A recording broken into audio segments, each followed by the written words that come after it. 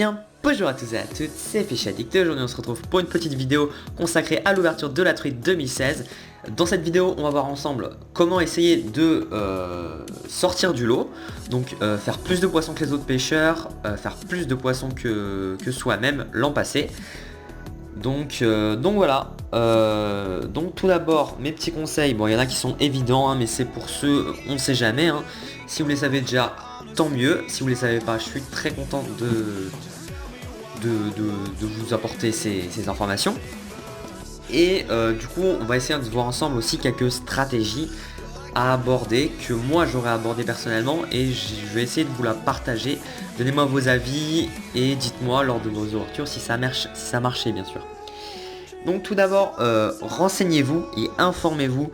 Allez sur des parcours de pêche peu connus, allez dans des endroits peu fréquentés lors des ouvertures de la truite. Forcément les poissons ils seront moins sollicités, vous aurez plus de chance. Après, démarquez-vous au niveau des leurres, donc utilisez des leurres peu connus. Donc par exemple, ou des leurres peu utilisés, parce que beaucoup vont utiliser des grands classiques comme le Decontact, Rapala Countdown, ou autres leurres dures. Et du coup, ce que je vais vous proposer d'utiliser, ou des cuillères, les cuillères MEPS, ça va être des petits leurres souples pour commencer la saison. Bien sûr, il y aura d'autres pêcheurs qui vont en utiliser, hein, mais vous sortirez un petit peu du lot par rapport aux autres pêcheurs qui vont utiliser que des leurres dures.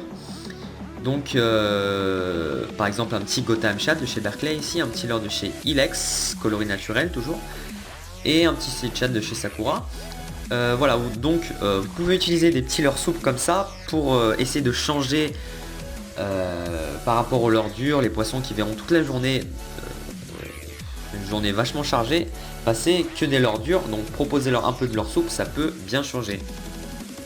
Ce que vous pouvez faire aussi, c'est ne pas mettre l'agrafe usuelle que tout le pêcheur met d'habitude pour avoir plus de discrétion, et simplement garder un même leurre que vous allez utiliser toute la journée, où vous pouvez refaire votre nœud vite fait comme ça.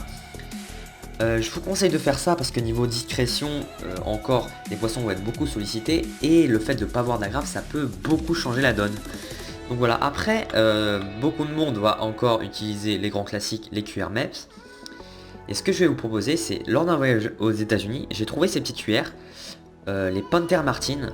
Donc c'est pour la pêche de la truite arc-en-ciel de base. Et lors d'une saison, elles ont très bien marché. Donc mon petit conseil, ça serait pourquoi pas de les commander pour vous si vous les avez pas, et de les utiliser, parce que la dernière fois que j'ai utilisé, ça a vraiment intrigué les poissons dans la première demi-heure, et après ça fait un carton.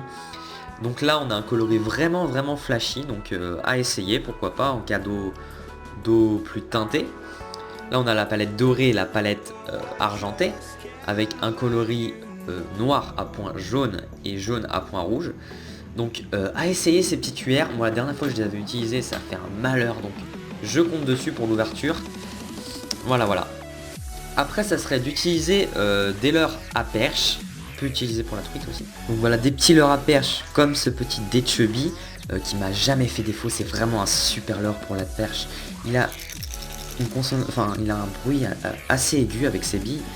Donc pour les poissons pas trop éduqués, donc lors de l'ouverture ça serait vachement bien. Et donc voilà, là on a le coloris typiquement perche avec le dos marron, les petites rayures grises comme ça sur le côté. Et là on a le coloris un petit peu plus truitelle. Donc essayez les deux franchement dans les bonnes petites fosses avec 2 mètres de fond comme ça a moyen de faire un gros carton. Et voilà, je me suis toujours demandé, j'ai pêché 2-3 fois avec, j'ai fait pas mal de poissons.